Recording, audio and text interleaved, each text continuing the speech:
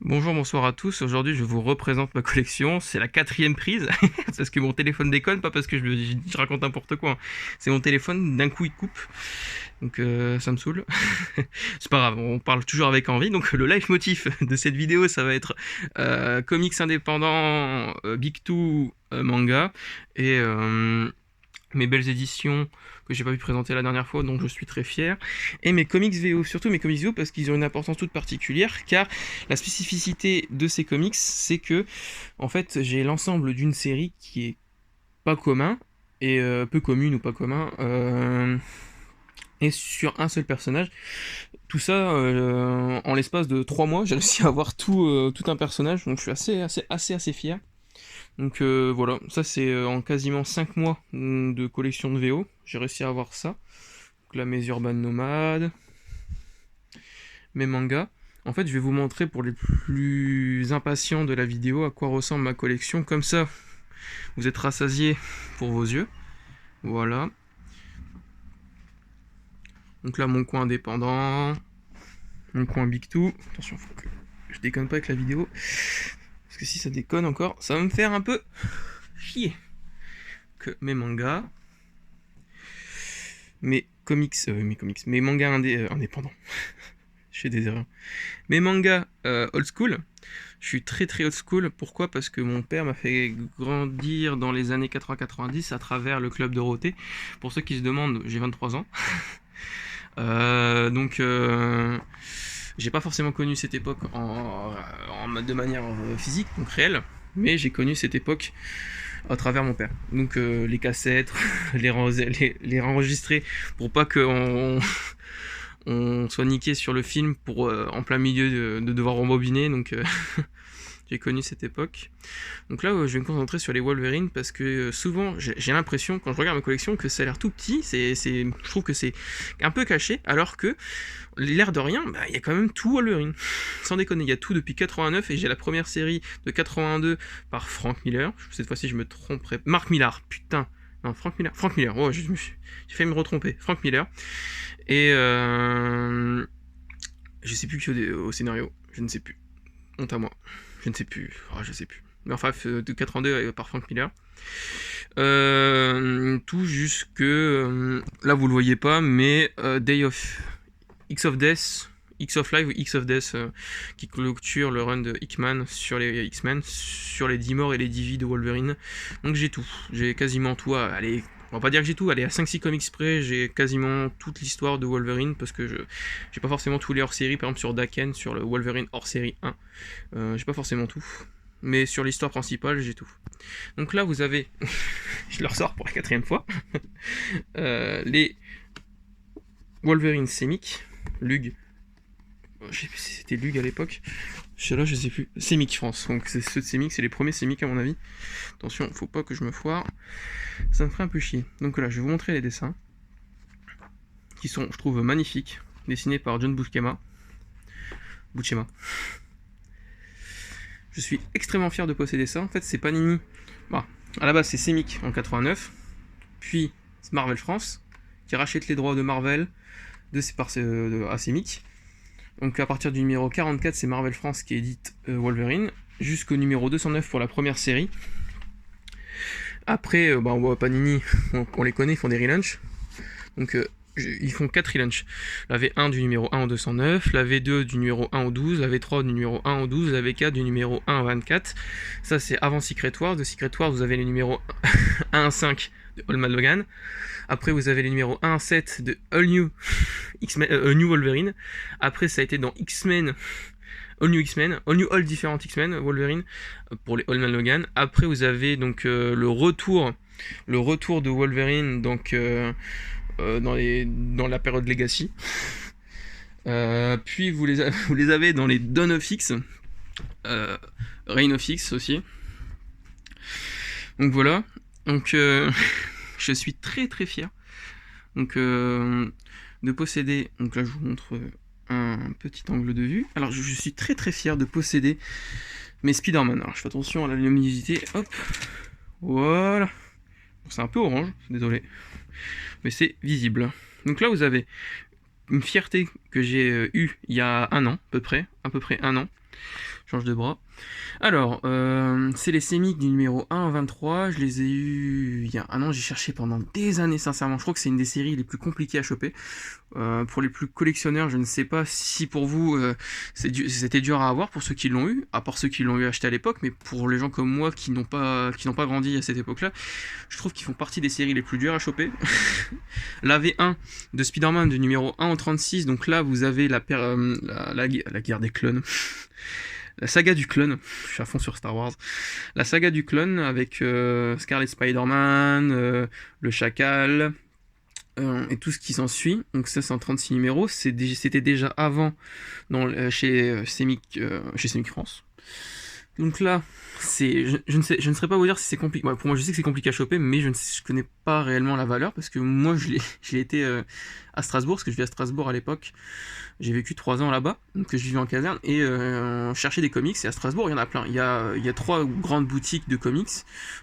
Principalement, et il y en avait une, c'est à la rue de la Pucelle, pour ceux qui vivent à Strasbourg ou qui s'y intéressent. Donc rue de la Pucelle, il y avait un monsieur qui vendait de l'occasion, et souvent je lui demandais, est-ce que vous avez Spider-Man volume 2 et tout, parce que c'est une des séries que je voulais le plus savoir en fait.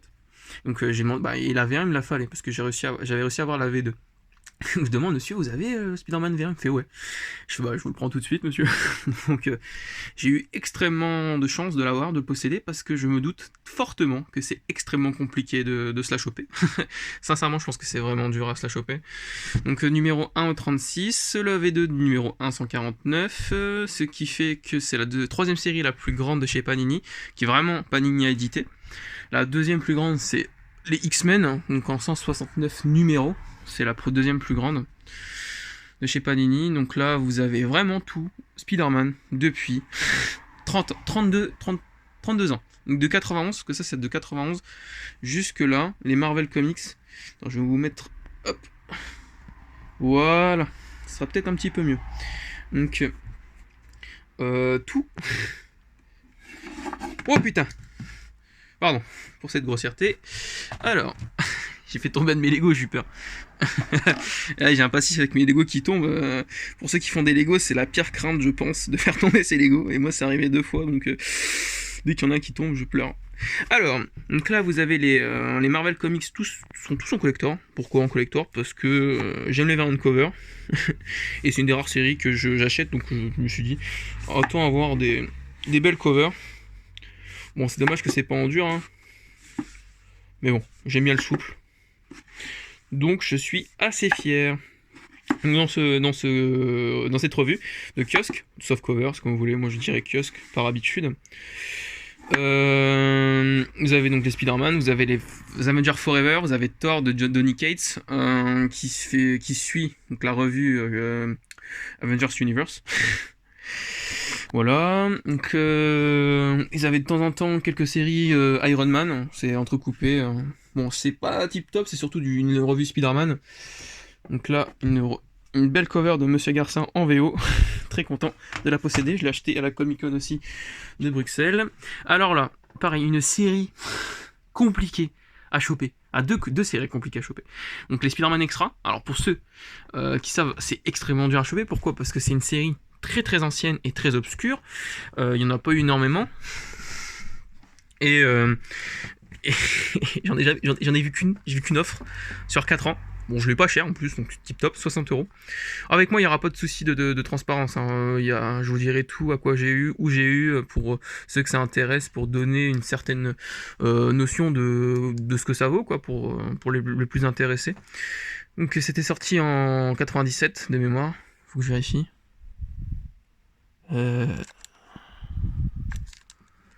Voilà, mai 97 pour le deuxième, donc ouais, 97 pour le premier. C'est toutes les histoires annexes, donc extra de Spider-Man, et dedans vous avez quand Spider-Man change d'identité, qui passe pour The Hornet, Dusk, Golden, je sais plus quoi, quand il a un costume doré, vous avez tout ça, ça s'appelle crise d'identité. Voilà, j'ai le numéro 2. Là vous avez The Hornet, c'était incroyable, je trouve. Donc voilà, c'était en 23 numéros. À partir de là, qui fait suite, c'est les Spider-Man hors série. qui sont, par contre, eux, ils sont en 36 numéros. Super, c'est vraiment à posséder, quoi. Vraiment, sincèrement. Par exemple, le numéro... attendez, 23. Attends, faut que je regarde, pardon. Celui-là, donc... J'arrive pas à lire, attendez.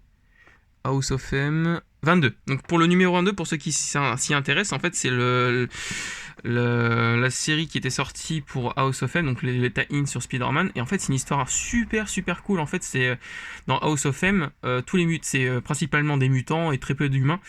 Et Spider-Man, à la base c'est pas vraiment un mutant, il s'est fait mordre par une araignée. Il a toujours dit qu'il était un mutant et à un moment il le dit que bah non en fait ses pouvoirs il tient d'une araignée, donc il n'est pas vraiment un mutant de souche, donc il est plutôt considéré comme un super humain plutôt qu'un mutant, et donc il va dégringoler sa cote et il va devoir lutter contre ses ennemis parce qu'il se rappelle de quelques souvenirs de son ancienne vie, un peu comme Wolverine, mais lui il se rappelle de quelques bribes alors que Wolverine de tout. Et il tient un journal et c'est super intéressant. Franchement, les tie-ins de Spider-Man, de Vif Argent sont vraiment à lire pour House of M. Franchement, c'est vraiment à lire. Là, vous avez les Spider-Man Universe, donc vous avez tout le run de Rick Remender sur Venom en 42 numéros de mémoire. Vous avez donc entrecoupé de l'event micro... Attendez, faut que je m'en rappelle. Minimum Carnage. En gros, c'est quand Carnage, il va dans le mini-verse. Non. Oh, je sais plus, quand c'est tout petit. Et il risque de chambouler l'univers par sa présence. Donc vous avez déjà les prémices de Absolute Carnage, entre guillemets. C'est un event entre Scarlet Spider-Man et Venom que j'avais lu quand j'étais petit. Quand je dis petit, je devais avoir 13-14 ans. Parce que j'ai commencé les comics quand j'avais 4 ans, en août 2004, dans le collection image numéro 19. C'était Hulk et The Darkness. C'est mon premier comics de mémoire. Peut-être pas le premier, mais de mémoire, c'est le premier que j'ai acheté avec l'argent de mes grands-parents et tout. Donc de mémoire, c'est celui-là. Ah, je me suis fait mal au pied. Donc là, vous avez donc tout le run de Rick Remender. Donc là, petite particularité, les 10 Avengers of Conan. Ah, je suis trop fier de... Je l'ai dit sans me tromper, parce que dans les anciennes vidéos, je m'étais trompé. Donc l'histoire particulière, c'est que j'ai fait Strasbourg, Thouars, Lille, à peu près 1000 km. Pour 500 €, le monsieur me les avait demandé j'avais demandé de les garder. Il me les a gardés, j'étais le voir à Thouars. J'ai passé une nuit en maison d'hôte, 50 kilos aller-retour, ils m'ont conduit à la gare. Donc la vraie problématique c'était d'amener ces comics-là de la gare Montparnasse à la gare du Nord. Pour ceux qui sont un peu de Paris, c'est une vraie galère parce qu'en fait, c'est pas une vraie galère, mais pour ceux qui savent pas trop, c'est un peu une galère parce qu'il faut passer par tel métro, faut changer et après il faut finir à pied parce que vous devez sortir à... Je sais plus si on sort à gare du Nord ou gare de l'Est, je ne sais plus, enfin bref. Faut faire un changement pour aller à la gare du Nord. Et faire un changement avec 50 kilos dans les bras, c'est chiant quoi. Donc je suis assez fier parce que je l'ai eu à moins 50%. La fresque du numéro 1 au 115, vous avez pour 1500 €. Moi je l'ai eu pour 780, 500 € du 1 à 75. J'avais trouvé une annonce par magie ou par talent, je ne sais pas.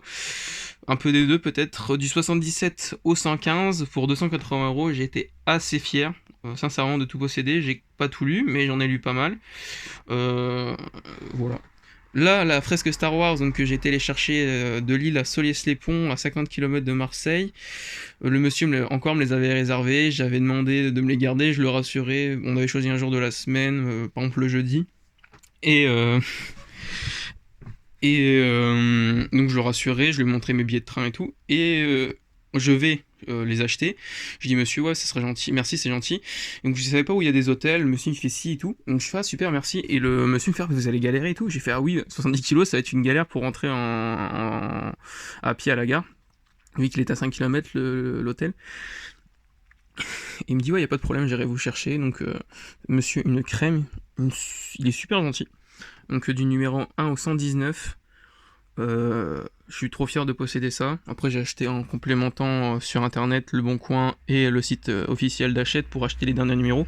Parce que j'ai une maladie, c'est la collectionnette aiguë. Je n'aime pas avoir des trous. J'ai quelques séries, je crois que j'ai compté, j'ai 8 ou 9 séries où j'ai des trous. Ça me... je suis un peu comme ça. Mais bon, c'est pas trop grave. Donc là, en gros, Star Wars ça se découpe du Légende, donc de 91 à 2014. En fait c'était Dark Horse qui possédait les droits. de Star Wars. Donc là vous avez, je vais vous montrer, parce que c'est bien beau de montrer ce que j'ai, mais si je vous montre pas les dessins ou quoi que ce soit, donc là vous avez la genèse Jedi, donc il y a moins 25 000 ans, donc les premiers Jedi, avec la race extraterrestre qui avait vraiment mis à mal les prémices Jedi.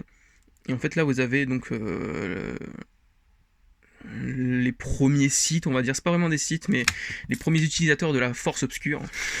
Donc en fait ça se découpe comme ça. Donc la genèse Jedi, la légende Jedi, donc ça s'appelle légende Jedi, mais c'est sur les Jedi noirs, donc les prémices des sites encore. Après vous avez les KOTOR, donc Knight of the Old Republic, les chevaliers de l'ancienne République, qui est super bien. On suit de mémoire, un padawan extrêmement mauvais, mais qui a un talent particulier qui fait que il est nul, mais je crois qu'il a une chance incroyable.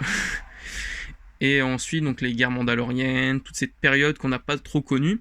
Donc là ça s'appelle la Haute République, cette période là en moins 1000, et ça couvre jusque la menace fantôme. En gros c'est la chute de la République à cause de Palpatine, qui se situe dans là, donc Clone Wars. Oh putain, je suis trop fier de moi. J'ai pas eu le numéro 1, mais ouais, c'est ça.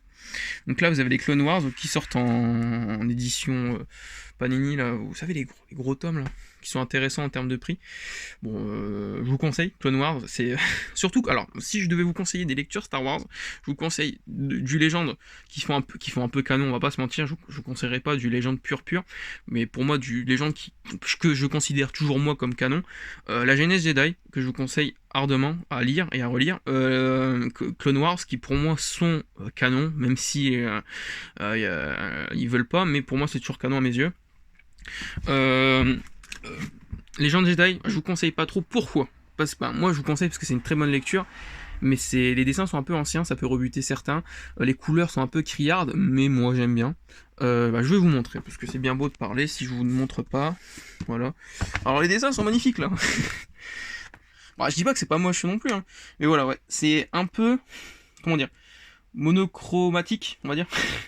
Il y a pas extrême, c'est pas varié, c'est très terne dans le sens où c'est toujours les mêmes couleurs.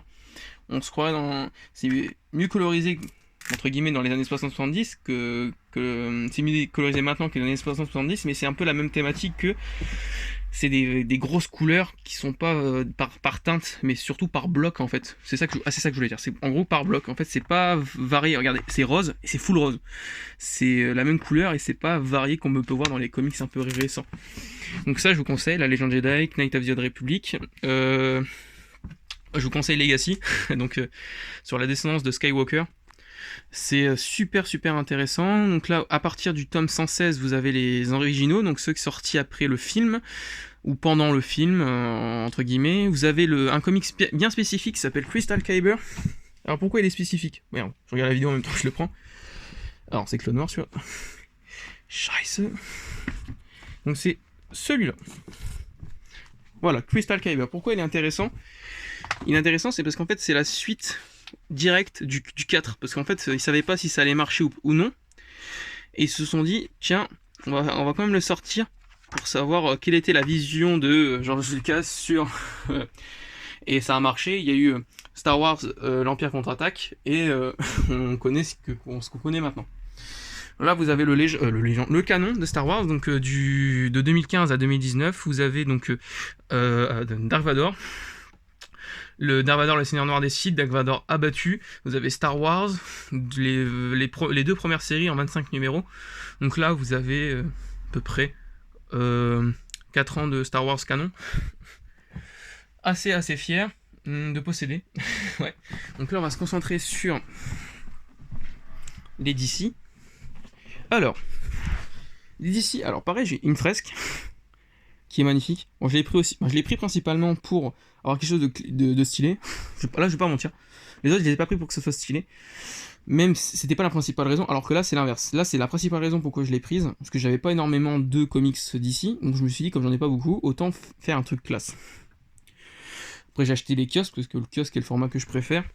Et donc, j'ai acheté cette fresque pour 400€. Au lieu de 800, pardon. Il y a 65 numéros, donc normalement la première série elle s'arrête du numéro 1 au 60. Ça a un peu continué, ça a continué jusqu'au numéro 140. Mais là, j'ai assez de numéros pour finir la fresque, entre guillemets, avec Cheetah. En fait, parce que normalement, ça fait Green Lantern, Sinestro, Flash, Captain Cold, Aquaman, Black Manta, Superman, Bizarro, Batman, Joker, Wonder Woman, Cheetah. Donc là, en fait, vous avez tous les récits un peu primordiaux de l'univers d'ici, en tout cas qui en fait ce qu'est d'ici. Donc vous avez pour Batman Silence. Et le truc cool que j'ai avec Batman, c'est que j'ai tout Batman, entre guillemets, à quelques récits près, bien évidemment. Tout Batman sur 13-14 ans. Pourquoi ? Parce que Batman Silence, ça fait du numéro 608 à 620. Pourquoi ? Parce que c'est 12 numéros, donc de temps en temps.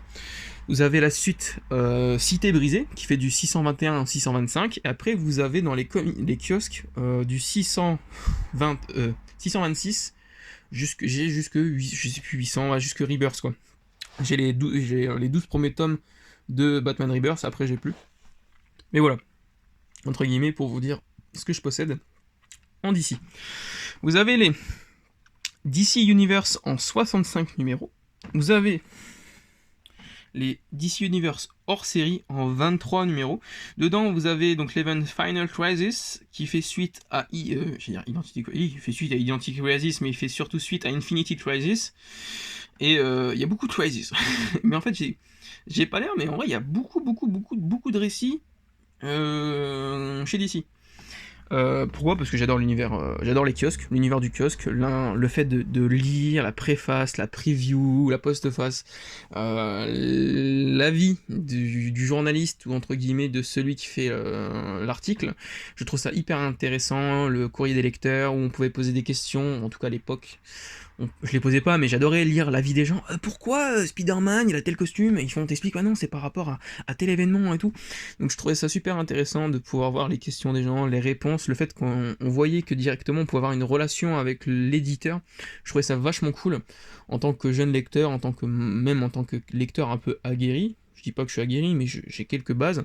Je trouvais ça super intéressant de pouvoir voir les questions que les gens posaient à directement Panini, qui était anciennement l'éditeur de DC, qui avant c'était Semic. Donc pareil, ils ont racheté les droits, et c'est Urban en 2012 qui ont fait ce qu'est maintenant DC. Si c'est autant connu en France, malgré les films, ou grâce aux films, selon votre vision, c'est grâce à Urban aussi, qui a vraiment popularisé.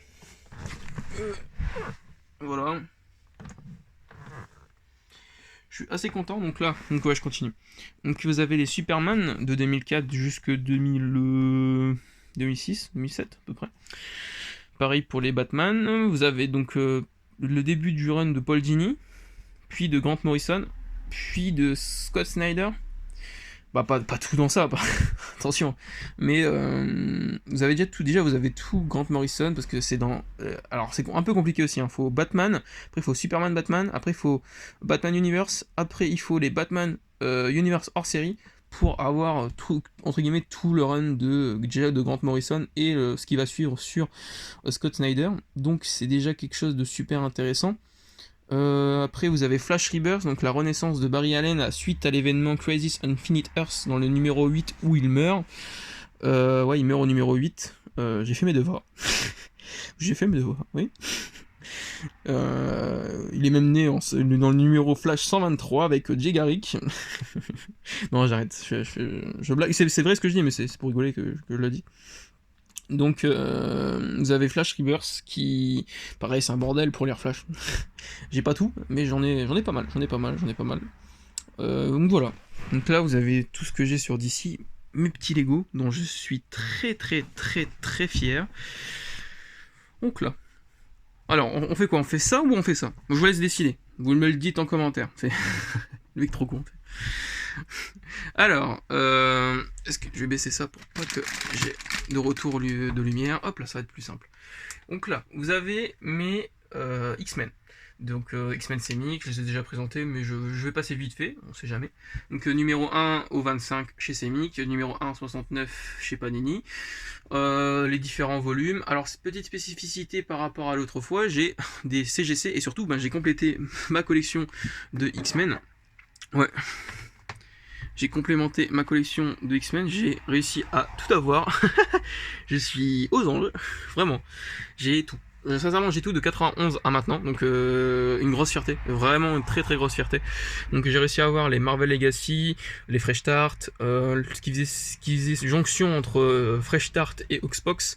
Il y en avait que 3, donc faut vous dire que en kiosque, c'est pour quelqu'un qui entre guillemets pas néophyte, mais qui est extérieur au monde du kiosque, mais qui se dit mais putain c'est compliqué quoi. Ah oui c'est c'est un peu compliqué quoi. Parce que là ça allait 169 numéros, bah ça faisait beaucoup, mais ça allait. Bon. Après, vous avez eu du numéro 1 au 16, puis du numéro 1 au 12, puis du numéro 1 au 30, puis du numéro 1 au 13, puis du numéro 1 au 4, puis du numéro 1 au 8.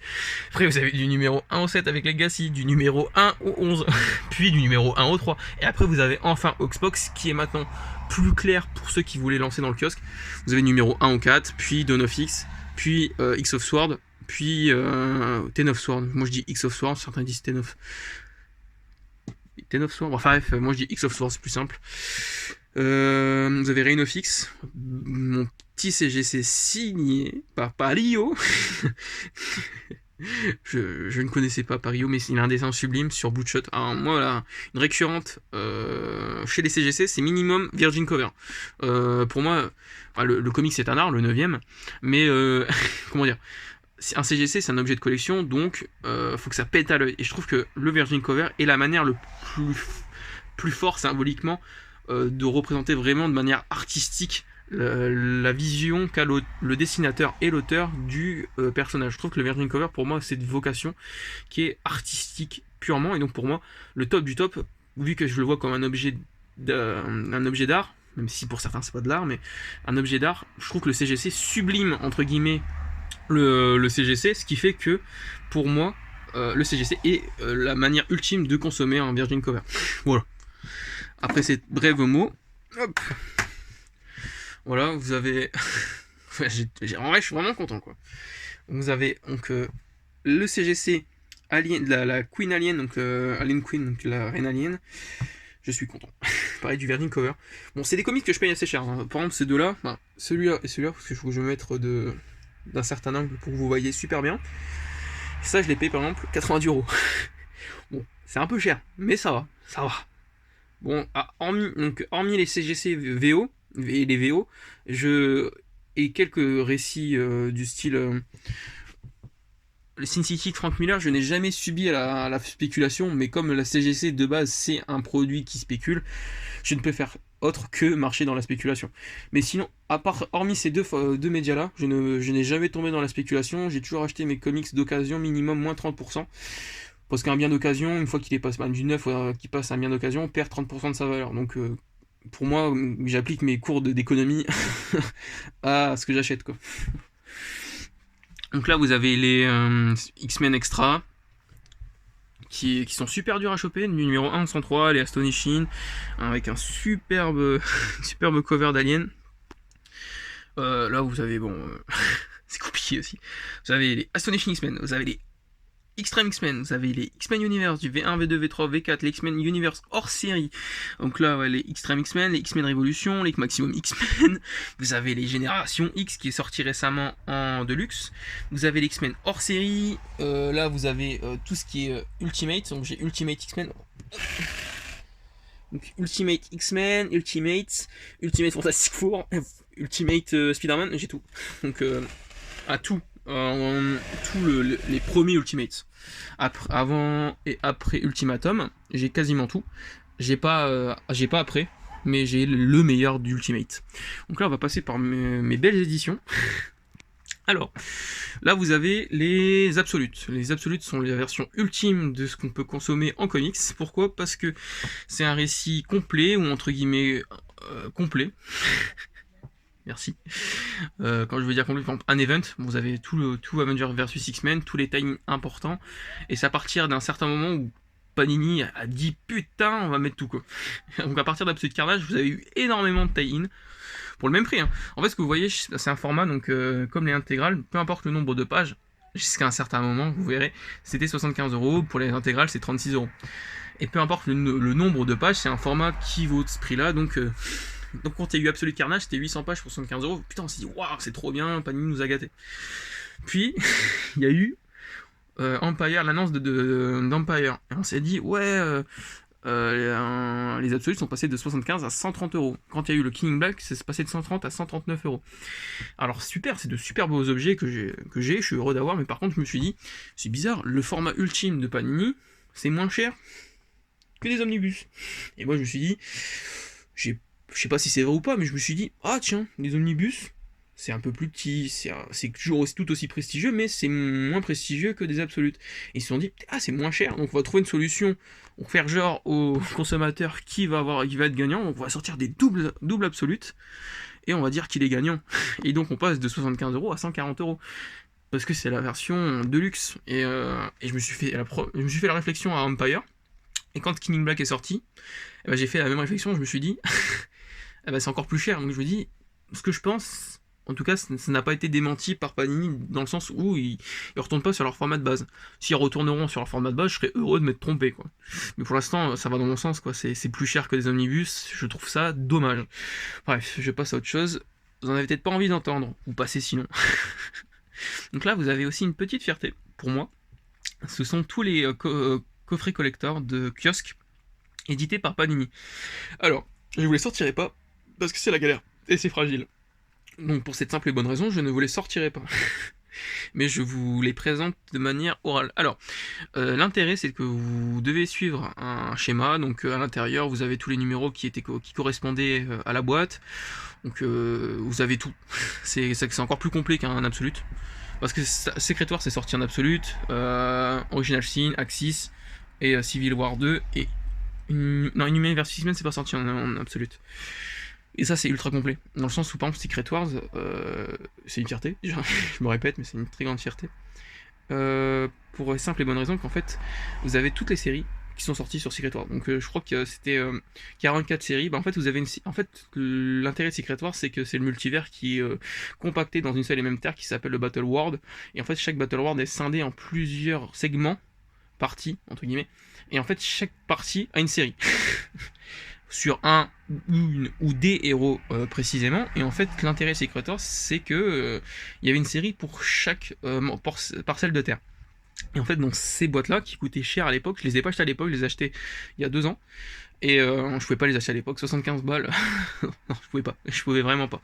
Je les ai eu près du neuf, mais avant que ça cote, avant que je suis sûr que ça allait coter pour Secret Wars, la série de films, sans me tromper, comme ça on est content. Ben, je me suis dit, il faut que je les achète, et j'ai bien fait, parce que ça rend super bien. Donc l'Event Civil War, Inhuman vs X-Men, la Légion des monstres. Tac, vous avez quelques séries indépendantes, Secret Wars, Secret Empire, même si je l'ai en absolute. Je voulais quand même le coffret, parce que je voulais avoir tous les coffrets de Panini. Donc là, vous avez tous mes omnibus. Je suis vachement fier et content de les avoir. Surtout les aliens, bon ils sont collector, mais bon, vous les prenez ou pas en collector, hein, c'est pour les récits, c'est super important. C'est un peu les équivalents des DC Archives. En fait, vous avez les premiers récits d'Alien édités par Dark Horse en 80, donc 88, je crois, les premiers numéros, le premier tome c'est 88 à 92, et le deuxième c'est de 92 à 96. Généralement, un omnibus ça fait 4 ans de parution. Le tome 3 sort en janvier ou février 2024. Ouais, sans me tromper, je suis content. Il va sortir. Pareil, je le prendrai en collector. Vous n'êtes pas obligé, hein, c'est juste parce que moi, vous le verrez plus tard, je suis ultra fan de l'univers Alien Predator, Alien vs Predator. Je suis ultra fan, donc je les prends en collector parce que je sais que ça va coter. Je les achète pas pour la cote, hein, je les achète parce que je veux un objet beau dans ma collection. Je pense que beaucoup de collectionneurs ont fait ça, quoi. Je suis lecteur avant d'être collectionneur, mais je suis principalement aussi je fais de la collection, quoi. Donc là, vous avez un de mes plus beaux omnibus, l'omnibus, j'allais dire l'omnibus, l'omnibus Punisher de Garcini de Steve Dillon sur les premières séries qu'ils ont fait ensemble suite à Preacher. C'est un superbe duo qui est fait dans le label Max, qui était le label un peu plus mature, un peu plus l'équivalent pas l'équivalent, il y a les puristes qui vont dire, mais à peu près l'équivalent du Vertigo, donc le DC Black Label. Et en fait, ils ont fait des récits plus matures qui étaient hors continuité. Et c'était Garcinis, il a dit, si vous voulez que je fasse du Punisher, il n'y a pas de problème, mais vous me créez un label, parce que sinon je vais pas vous faire un truc aseptisé, censuré. Vous me connaissez, je fais du gore, je fais du trash, et vous pouvez pas me censurer si vous m'appelez moi. Donc ils se sont dit, vous me créez un label. Il a pas dit exactement ça, mais en gros. Ils ont dit, vous me créez un label, et donc il a créé le label Punisher, le label Max, et donc il a fait son Punisher dans ce label. Le premier récit du label Max, c'est Alias, donc avec de Jessica Jones. C'était un récit un peu plus mature, hein, de Brian Michael Bendis. Donc là, vous avez les Punisher en 100% Marvel, les Punisher Max. Pareil, en 18 tomes, vous avez donc c'est regroupé dans les Marvel Icons. Là, vous avez le Punisher de Jason Aaron et de Steve Dillon qui fait suite, entre guillemets, un peu dans la continuité de ce qu'avait fait Garth Ennis. Et là, vous avez la fin, Punisher la fin, qui est la fin de... il y a eu beaucoup de mots fins, quoi. De Garth Ennis sur le personnage de Punisher. Il a pu clôturer son run. Vous avez Punisher noir, donc les récits noirs. C'est comme ça que ça s'appelait aux USA, noir. Ils le disent. Ils disent Spider-Man noir, avec leur accent américain. Vous avez Cercle de sang, qui est réédité récemment dans le même Must-Have. Vous avez Rivière de sang et Journal de guerre. Journal de guerre, c'est les récits un peu plus badass de Punisher de l'époque, avant que ça soit sur un label. C'était, vous avez des récits avec Wolverine et tout. Donc là, vous avez les 6 premiers numéros, donc les Marvel Dark, donc les récits un peu plus sombres, d'où le nom. De Venom vs Carnage, Toxine, Superior Carnage, Deadpool, La Nuit des Morts Vivants, Carnage, USA, Venom, La Naissance du Mal. Vous avez aussi le retour des Deadpool morts vivants, donc à la suite de, un peu dans l'univers de Walking Dead, Deadpool se fait manger. Et en fait, chaque zombie qui mange Deadpool devient Deadpool. Donc c'est un peu what the fuck, mais c'était super marrant de lire. Vous avez ces 2 récits à lire si vous voulez lire du Deadpool un peu plus coolax, dans le sens moins prise au sérieux, quoi. Vous avez Deadpool Pulp, donc un récit un peu plus sombre dans l'univers noir de Marvel. Vous avez donc des récits autres que Marvel Dark, donc Spider-Man 99 problèmes, d'où le nom 99 problèmes. Il va suivre une série de problématiques affolantes, et ces problématiques ont une raison. Vous avez Hulk transformé, je l'ai lu mais je ne me rappelle plus. Vous avez donc les events Secret Wars, Wolverine, les X-Men, l'ère d'Apocalypse, vous avez tout. Et là-bas, donc, je vais me mettre, vous avez les Deadpool Ultimatum, vous avez toutes ces séries, vous avez tous les premières séries de Deadpool, les séries complètes, et vous avez la mini-série que je vous montrerai plus tard. Donc derrière ceci, vous avez un de mes objectifs de comics, c'était les Marvel Icons, qui sont super durs à choper. Vous avez, dans le bordel, les Marvel Icons hors série, les Marvel Select. Oh putain, j'ai pas vu. Oh vache. Oh, petite araignée là. Dégueulasse. Je m'en prenais. Marvel Select, Marvel Top et Hulk de l'époque. Donc voilà. Les Uncanny Avengers qui faisaient suite au Avengers vs X-Men. En fait, c'est une équipe qui est ralliée à la fois Avengers et X-Men.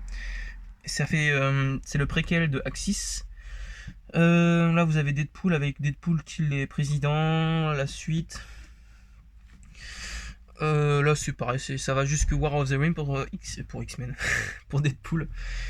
Vous avez donc les récits hors série, donc Deadpool versus Carnage, Deadpool versus X-Force, Deadpool versus Venom, hein, des trucs du genre. C'est super intéressant. Vous avez les Deadpool massacre l'univers Marvel, Deadpool et massacre les classiques, Deadpool massacre Deadpool. Voilà. Vous avez les Marvel Universe, donc la première série, avec vous avez tout. Vous avez alors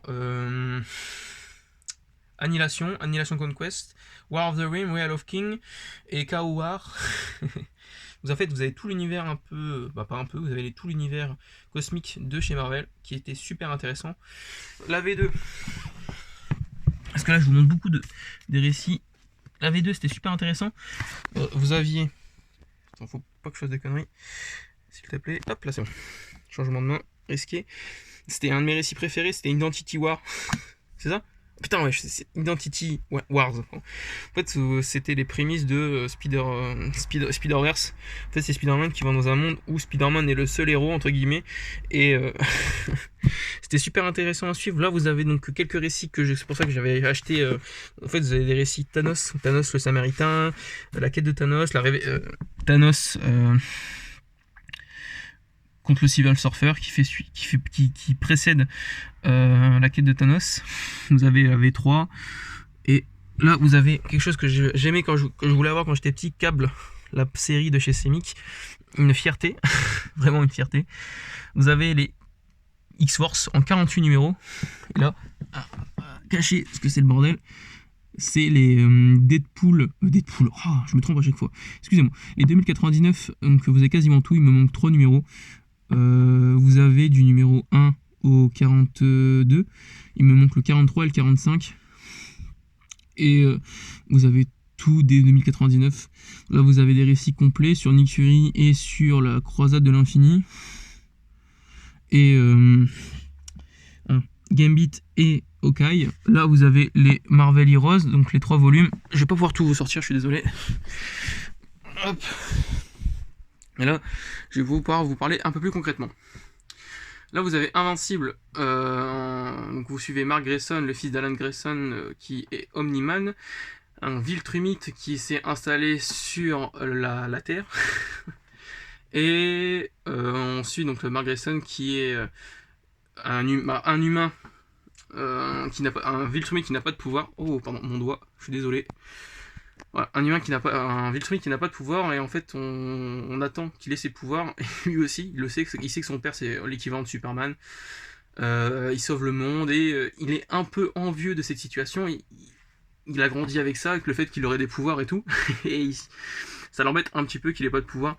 Donc bah, on vous inquiétez pas, hein, dès les 30 premières pages il commence à avoir des pouvoirs, et on le ressent, sa joie quoi. Il se dit pas putain j'ai des pouvoirs, il dit putain je les ai enfin quoi. Donc c'est vachement intéressant. Le plot twist de la série, vous l'avez pas au début du volume, vous l'avez en plein milieu, donc déjà vous y attendez pas. Vous dites putain c'est what the fuck, c'est hyper violent et tout. Donc c'est vachement intéressant. Alors j'ai 7 premiers tomes, j'ai tout lu, j'ai la suite dans mon téléphone parce que j'ai téléchargé, parce que j'attendais trop. J'avais trop hâte et ça sortait pas. Donc j'ai dit fais chier quoi. Donc un ami à moi qui me les a téléchargés, merci à toi. C'est pas bien de télécharger. Il faut pas télécharger. Mais je me dis j'ai un peu de marge. Ça me fait penser à vous savez dans les pré-bandes annonces, vous aviez ne pas télécharger, c'est un crime, vous serez puni de 5 ans d'amende et de 5 ans de prison. Et c'était dans les pré-génériques, c'était avec une musique super hard. C'était pour les gens de ma génération qui louaient des DVD ou qui qui regardaient des films en DVD. Vous aviez ce pré-générique, c'était super, on se sentait un peu coupable. Oh putain, et c'était vachement cool. Donc là, vous avez les Juges Dredd, donc les intégrales. Il y en a eu 8. Le premier tome est ressorti récemment, donc en août 2023, en même temps que le numéro 8. Donc vous avez donc les petites intégrales qui sont sorties sur Juge Dredd avec des séries complètes sur les origines, les liens du sang, démocratie, contrôle et souriller, c'est la loi. Donc des récits un peu plus matures. Donc là vous avez les récits complets d'IDW en 7 numéros avec année 1. Les Rick et Morty qui sont super bien. Donc là c'est un peu changé, je vais pas vous mentir. Ça a un peu changé, donc là des nouveaux récits, donc Hellboy, Birthright, Killer Be Killed, Scurry, Battle Pop, Hunter Killer, Crimson et Monéchette, tout ça n'y était pas avant. Je voulais un peu plus de récits indépendants et je me suis dit faut se concentrer sur du bon, et j'ai trouvé Birthright. Birthright c'est un équivalent d'isekai dans le monde du comics. On a un enfant qui joue avec son père en pleine forêt, il se retrouve à être dans un monde de fantasy où il est considéré comme l'élu. On le voit quelques pages après revenir dans le monde le monde à nous, on va dire. Il est interpellé par la police, on appelle sa famille, on dit que c'est son fils, ils disent que c'est pas possible parce qu'il y a que 10 ans qui se serait passé, il aurait normalement que il ne devrait avoir que 15 ou 16 ans, alors que là on voit que c'est un mec en mode Conan avec une grosse barbe, une grosse épée. Ils disent c'est pas possible. Et en fait l'intérêt de cette série, c'est pas vraiment un spoil. En fait, je vous dis que c'était l'élu, mais c'est un peu en mode Dark Vador. En gros, on voit qu'il s'est passé quelque chose dans le monde fantastique, et plot twist, on suit un enculé. Bon, sa position en tant que personnage principal va changer, il va passer de petit connard qui a de bonnes raisons d'être un connard, à je vais changer pour ma famille, et va redevenir plus ou moins gentil. Vous avez Killer Big Shield de Sean Murphy, putain, Ed Brubaker et Sean Phillip. Ça c'est Sean Phillip je crois, c'est pour ça que j'ai Sean Murphy. Un super récit où on suit un homme qui voit des visions d'un démon qui lui dit qu'il faut qu'il commence à tuer des gens parce que sinon il risque de mourir, il n'y croit pas, il essaye de se suicider, et le démon, entre guillemets, pas le sauve, mais c'est un peu bizarre, et il va commencer à tuer des gens pour survivre, et il va tuer que des mauvaises personnes, et on va suivre un justicier qui se fait justice soi-même, et c'est super intéressant, la réinterprétation de comment pour être un justicier dans le monde actuel, et c'est une récit un peu plus contemporaine, dans le sens où on suit pas un héros, on suit pas un méchant, on suit un détraqué qui pense être un justicier, et en fait c'est toute cette position qu'a ce bouquin, c'est d'ancrer dans un monde fictif des préceptes réels de notre vérité véritable. Et donc c'est vachement intéressant. Vous avez Scurry, c'est un monde anthropomorphique où on suit des animaux qui suivent une apocalypse où l'humain semble avoir disparu. Ils doivent trouver de la nourriture. On suit une petite colonie de souris. On suit Wix, c'est une petite souris brune, et son amie Laura, qui va essayer de trouver de la nourriture. C'est vachement intéressant, c'est complet en 3 tomes, c'est vraiment pas cher, j'ai payé les 3 numéros 36,9€, que je vous conseille d'y aller fortement. Bottle Pop, j'ai essayé de voir, c'est par Kirkman, donc le créateur de Walking Dead et Invincible, et on suit en fait un pape hyper lubrique qui se voit concéder des pouvoirs parce que le paradis ne peut pas trop interférer dans le monde des humains et les enfers sont en train de débarquer sur la terre, et on concède des pouvoirs à lui. Et c'est vachement intéressant. Ah, franchement, c'est complètement débile, hein. Je vais pas vous mentir, c'est pas du Killer Big Shield ou un récit super réfléchi, mais c'est pas prise de tête, ça se prend pas au sérieux. Et c'est le but du bouquin, quoi, c'est pas trop réfléchir, quoi. Donc peut-être c'est un récit parce que je suis un peu jeune, quoi, mais je trouve ça vachement intéressant. Vous avez Crimson. Alors Crimson, c'est un récit des années fin 90 c'est le premier comics de Humberto Ramos au dessin et de Augustine au scénario. On suit, j'ai du mal à retenir les noms. Donc on suit le personnage principal qui est un adolescent qui se revoit conférer des pouvoirs de vampire, et il rejette sa nouvelle son nouvel état, et on va le voir petit à petit devenir l'élu des vampires, et pourquoi c'est lui, pourquoi il a tel pouvoir, quelle relation il va avoir avec tel personnage. Je trouve que c'est un récit super intéressant, même si, on va pas se mentir, c'est pas un récit qui va vous faire réfléchir sur le sens de la vie. Mais, c'est un récit super intéressant. Je trouve de voir les premiers dessins de Humberto Ramos, déjà ça, c'est royal. C'est juste royal. Vous avez alors Hunter Killer par les Marky Mark, petit ref à Mark Wahlberg, donc Mark Waid et Mark Silvestri, donc Mark Silvestri au dessin, Mark Waid au scénario, et Kenneth Rocafort, je présume à l'ancrage. Je peux pas vous dire, je l'ai pas lu, mais en gros c'est des super-héros qui chassent des super-héros qui profitent de leur pouvoir un peu en mode The Boy, un peu vraiment. C'est pas vraiment ça, je peux pas vous dire, j'ai pas lu. Alors Money Shot, alors c'est super intéressant, c'est des récits dans la mouvance que je voulais avoir, c'est des BD cul. Alors Money Shot, c'est pas du cul pour du cul, hein, c'est plus sexy qu'autre chose, mais je vais vous montrer. Ne tombe pas, oh, s'il te plaît. Ah, tu n'es pas tombé, je suis content. Alors, c'est des scientifiques qui, pour faire avancer leur expérience, vont faire des sextapes. Bah voilà. Et en fait, c'est dans un monde où la technologie est suffisamment pour faire voyager de planète en planète, ils vont rencontrer des races aliens et vont faire des sextapes. C'est un peu plus profond que ça, hein, mais je l'ai principalement lu parce que je voulais des récits un peu sexy, quoi. Je cherche pas à mentir.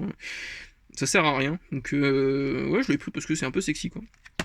C'est vachement intéressant. Deuxième récit, où là pour le coup c'est pas vraiment du cul, mais c'est des dessins aussi sexy. Control Natura, que j'ai connu grâce à GD Comics, donc GD plus loin Comics.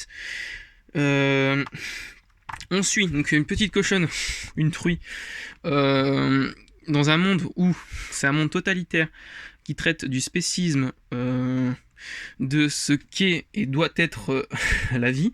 On te régit des règles et tu dois te marier à 25 ans, tu ne peux te marier que de la même espèce, par exemple un loup ne peut pas se marier avec une belette, un chien ne peut pas se marier avec un loup, c'est chien et chien, chat et chat. Et on suit ce récit qui, au fur et à mesure des pages, va nous montrer ce que peut amener un système totalitaire, même si ça pousse pas le bouchon assez loin, hein, c'est pas un roman qui va traiter de géopolitique. Mais c'est une bonne lecture saine, avec un peu de cul. Toujours cette notion-là. Alors, je vais vous enlever... Ah non, je vous laisse là. Attendez, je vais... Hop. Oh, je remets le flash. Donc là, vous avez le dessin de Frank Miller. Voilà. De Barry Windsor Smith. Petite peluche assez affreuse, mais je suis fan de X-Men Noir, donc j'ai tout pris. Petit jouet. Des Minimates. Donc Minimates, c'est l'équivalent de Lego chez les États-Unis, alors comme Mega Bloks. En fait, vous pouvez les retrouver dans Walking Dead saison 6, quand ils sont à Alexandrie. À un moment, on peut voir des Minimates sur Omni-Man et Invincible. Là, vous avez XO Manoir, Harry Dodassi et Bloodshot, Ray Garrison. Donc là, petite cover sympathique. Donc là, vous avez quelque chose dont je suis extrêmement fier. C'est quasiment tous les récits sur Valiant, édité par Bliss Edition, sur le vrai reboot. Parce qu'il y a beaucoup de reboots. L'univers de Valiant est super intéressant. C'est un peu l'histoire du Phénix, quoi. Il meurt, il revenait de ses cendres, il remeurt, il renaît de ses cendres. Et là, c'est un peu compliqué. On est un peu sur le début de la fin, mais je pense qu'ils vont se ressaisir et nous remettre des séries et des récits encore plus intéressants. Alors, X-O Manowar, mon récit préféré, mon personnage préféré. Vous le saurez pourquoi. Petit indice ici. Donc là, vous avez les premiers récits édités chez Bliss Edition. Alors, c'est super intéressant, pourquoi ? Parce qu'on suit l'équivalent d'un Conan dans l'armure d'Iron Man. Et c'est super intéressant. Les dessins sont monstrueux. L'histoire est folle. Ça c'est cohérent sur l'équivalent de 50 numéros, entrecoupés de crossovers comme Hunter Wars, la guerre des chasseurs. Alors c'est très compliqué de choper certains tomes. Alors, le tome 2 il est ressorti récemment pour 65€. À l'époque ça valait 45€, mais il y a eu des hausses des prix, et surtout c'est un éditeur qui a du mal dans le sens où il faut soutenir, quoi. Même si des fois j'ai eu du mal avec sur certaines éditions, par exemple le dos un peu rond, un peu plus fin, mais Valiant c'est un éditeur qu'il faut soutenir, en tout cas moi je le soutiens. C'est un peu mon éditeur de cœur, parce que je les connaissais depuis un certain moment, mais je me suis jamais lancé dans leur récit, et je me suis lancé dans leur récit à partir de 2022, et je pense que j'ai un peu craqué, quoi. J'ai quasiment tout acheté en l'espace de 3-4 mois. J'ai acheté sur quasiment 80 titres qu'ils ont, 82, 85. J'ai acheté 60-65 titres en l'espace de 3 mois, quoi. Beaucoup d'occasions, mais surtout pas mal de bonnes affaires. Bloodshot, Solo, c'est un super récit, encore d'anthropomorphisme. Anthropomorphisme, c'est humaniser des humains, humaniser des animaux. J'ai fait de la tautologie, humaniser des humains. Pléonasme. Alors, donc là, petite bière Odin, parce que j'adore la mythologie nordique. Ninja, Shadowman, Harbinger, Tutti Quanti. Hop. Voilà, Archer Strong, c'est des récits super cool. Letter 44, c'est un récit, alors j'ai pas tout lu, j'ai eu 2-3 tomes sur 6. C'est donc on envoie une mission, on fait une mission où on envoie 6 ou 8 personnes, 3 hommes, 3 femmes, dans l'espace, où ils doivent faire une mission, découvrir s'il y a de la vie autre part, et au final il se passe quelque chose qui a des ramifications sur la Terre. On change de président, donc on passe du 44 au 45e, et en fait le truc, le speech, c'est que chaque président, à la fin de son mandat, quand il change de président, laisse une lettre et dit, en gros, mec, t'es dans la merde, en gros, il y a une guerre qui se prépare avec les aliens et tu dois préparer la Terre à cette invasion. C'est pour ça que j'ai fait mon connard, où j'ai beaucoup fait de pétrole, j'ai fait des guerres pour amasser le maximum de ressources pour protéger notre nation. Donc c'est un speech assez intéressant, c'est pas tout blanc tout noir, c'est assez gris, c'est intéressant. Animosity, encore un récit d'anthropomorphisme, mais qui est super intéressant, où on donne parole et âme aux animaux. On donne en fait c'est dans notre monde à nous, c'est comme si d'un coup les animaux pouvaient parler, et si par exemple on avait fait du mal et tout, en fait les animaux vont se rebeller, vont avoir une vie, et c'est super intéressant. C'est par je ne sais plus qui. Warren Ellis, voilà, je me suis rappelé. Warren Ellis, oh putain, j'ai fait tomber mon téléphone. Je crois que c'était Warren Ellis. Je me suis trompé, excusez-moi. Marguerite Bennett et Raphaël Delatorre. Je suis désolé. Au moins vous savez que je me suis trompé. Hop là. Quelque chose dont je suis extrêmement fier. Mes aliens, mes récits Vestron. Un G-Comics disait que les Vestrons ça rendait pas bien dans une collection. Je trouve que quand on a quelques-uns, je trouve que ça rend super bien. Je trouve que ça a de la gueule, ça a de la gueule, je trouve. Donc là, vous avez l'intrus, un super récit sur l'alien. En gros, c'est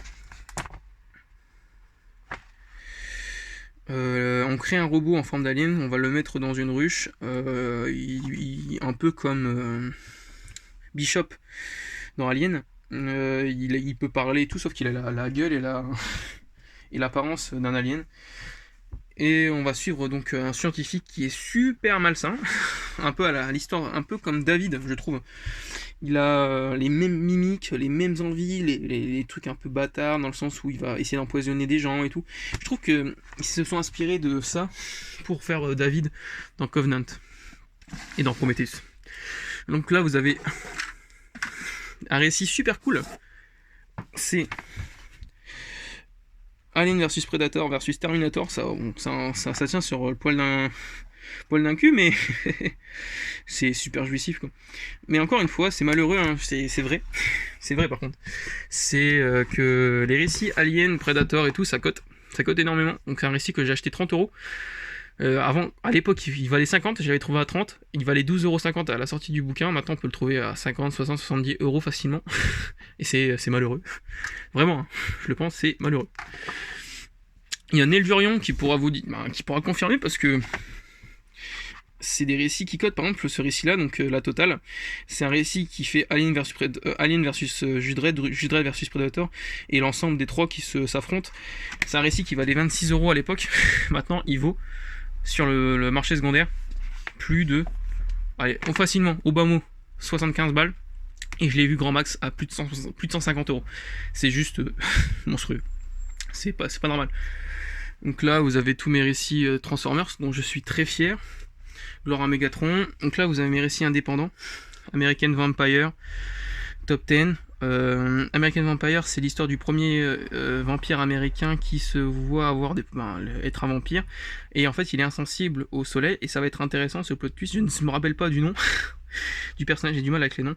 Top 10, donc c'est l'histoire de la brigade Top 10 dans une ville où tout le monde a des super pouvoirs.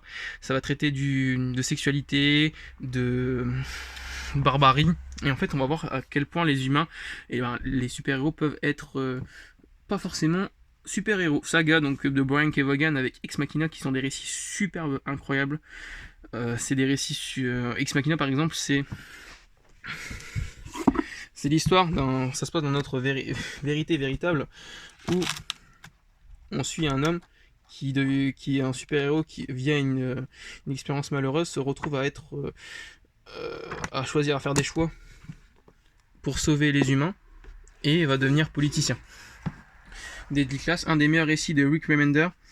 Je vais bientôt arrêter parce que j'ai quasiment plus de batterie. Je vérifie. J'ai 10%. Ok, donc Deadly Class, Black Science et Law sont des récits super incroyables de Rick Remender qui parlent de... C'est des récits assez sombres, à part pour Law où on a un personnage assez optimiste. Deadly Class, c'est un récit anarchique où on suit un super-héros un humain dans une école du meurtre, un peu à la Poudlard, mais un Poudlard du meurtre. Black Science, un père qui va créer une invention qui s'appelle le pili, qui va pouvoir voyager entre des univers différents, un peu à la Sliders. Crossover, donc un récit de Donny Cates sur qu'est-ce qui se passerait si on croisait tous les univers de comics. The Witcher en comics sur les univers adaptés de jeux vidéo. Sin City par Frank Miller. Crossed. Uber, il y a un récit uchronique. Game of Thrones. Je regarde ma batterie. 8%. Mes VO. Ah, fait chier. C'est pas grave. Bon, ok. J'ai des récits Xo Manoir. En fait, c'est ça l'intérêt, c'est que j'ai toute la VO Xo Manoir en fait. J'ai les 68 premiers numéros. Hop. Oh merde, j'ai failli abîmer. Parce que je me presse. J'ai tout en fait. Et c'est ça, j'ai même le crosser Heavy Metal. J'ai le relaunch, le reboot par Acclaim. J'ai la fin. Le reboot par Valiant Entertainment. J'ai vraiment tout. J'ai les numéros 0, j'ai les numéros 50, j'ai les récits, les crossovers. Je regarde ma batterie, 8% ça va. Armor Hunter. J'ai les premiers récits, donc j'ai cover en référence à Star Wars. Je suis désolé de me presser vers la fin, je suis désolé, mais je pensais avoir assez de batterie. Si ça n'avait pas bugué, j'aurais eu assez de place. Voilà, j'ai une référence à Iron Man.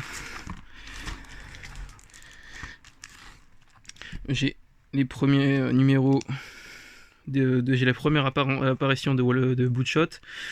Les premiers numéros de Bloodshot. Première apparition de Ninjak, les premiers numéros de Ninjak, numéro 1, Shadowman, Archer Armstrong, j'ai tout, Punisher War Journal, 80 numéros, je regarde ma batterie, 8%. Des numéros un peu à part dans ma collection. Alors là vous avez le premier numéro de Deadpool, la mini-série, qui est le premier numéro dédié à Deadpool. Important, je trouve, à mes yeux. Deadpool, le numéro 1. Les covers de Monsieur Garcin. Tous signés. Numéro 700. Yoda. Donc là, vous avez la cover incroyable de Conan avec Frazetta. Hop. Wolverine. Du Predator, Anniversary Predator. La première cover, enfin, la première apparition de War Machine, je suis trop fier de l'avoir. Vraiment, c'est une fierté. Une fierté. Des covers un peu sexy. Là, des Virgin covers. La numéro 700, la cover, une de mes covers préférées. La cover numéro 600 d'Alex Ross sur Spider-Man, je la trouve magnifique. Vraiment magnifique. Du team-up. Voilà. Mes comics. Voilà. Et pour finir, je voudrais terminer sur merci Comics Noob de m'avoir donné cette chance de pouvoir remontrer ma collection, parce que là elle est en mode super bien. Ça mettra du temps avant que ça change encore. Et je finirai je suis un passionné de Lego. Ça fait 3 ans que je me suis remis dans le Lego de manière sérieuse et j'ai acheté pas mal de belles pièces. En fait, c'est pour beaucoup de passionnés de Lego, je me suis replongé dans mon enfance, des Lego que j'ai pas pu m'acheter, qu'avec mes premières payes, je me suis relancé dans toutes ces frustrations que je n'ai pas pu avoir quand j'étais plus jeune. Donc là, vous avez une gigantesque fresque de Lego, gigantesque tour. Vous avez des Lego par-ci, vous avez la Tumblr ici. Voilà, ça c'est du Lego là. Ah, faut que je change ici. Et pour finir, voilà, c'était ce que je voulais vous montrer. Je suis extrêmement fier d'avoir ça. Alors, pour moi, ça aussi c'est une grosse fierté. Je regarde encore ma batterie. 7%, bon ça va. C'est des récits super intéressants de chez Brejlon. En fait, c'est des éditions déjà collector et surtout c'est des personnages que j'aime beaucoup. Conan, Salamon Kane, Sorceleur, une édition incroyable. Waylander dans l'univers de David Gemmell sur le cycle Draenei. Je lis Drus 3, une réinterprétation de l'histoire de 3 par David Gemmell. Les Lames du Cardinal par Pierre Pével. Dune, incroyable. J'ai quasiment tout lu de Dune. Du premier tome. Je m'exprime. Et puis voilà. Hop, tac, et tac. Puis voilà. Et aussi, je l'avais pas montré dans la ancienne vidéo, beaucoup de covers, de variantes covers.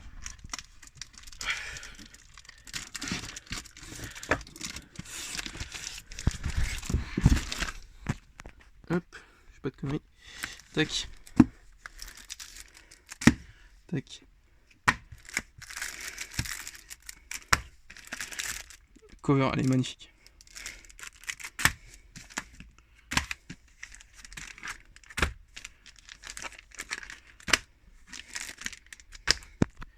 Je regarde ma batterie, 6%, ça va le faire. Je pourrais quasiment tout vous montrer.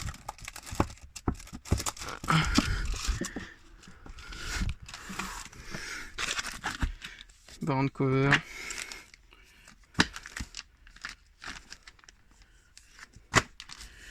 Qui brille.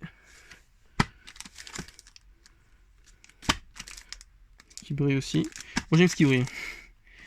La Comics Expo. Paris Comics Expo. Limité à 300 exemplaires. La petite fresque.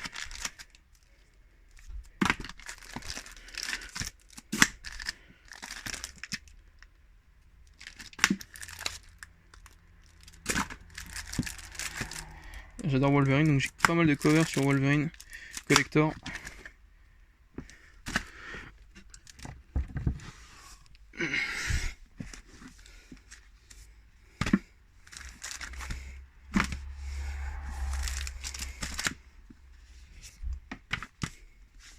Ça c'est dans les coffrets collector de Secret Wars.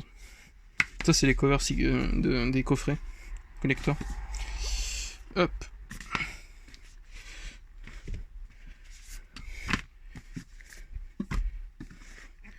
Et pour finir, mes covers Spider-Man.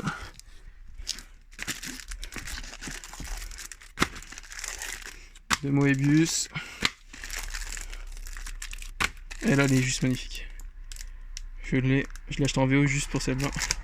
Attendez, je vais vérifier ma batterie, 6%, ça va. Alors.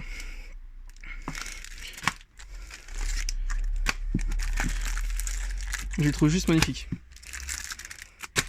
Et celle-là, je l'ai cherché longtemps. En fait, l'astuce, c'est que... En fait, hop. C'est que... Hop. C'était une cover, je voulais trop avoir en fait, elle était juste magnifique.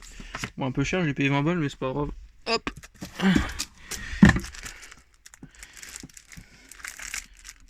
Encore une cover par Moebius. Et là par Clayton Crane. Voilà. Je vous dis, je vous passe une bonne journée. Merci pour tous. Je suis très fier de ma collection. J'espère débattre avec vous. Bisous. Et encore merci Comics Nous. Merci à toi. Passe une bonne journée.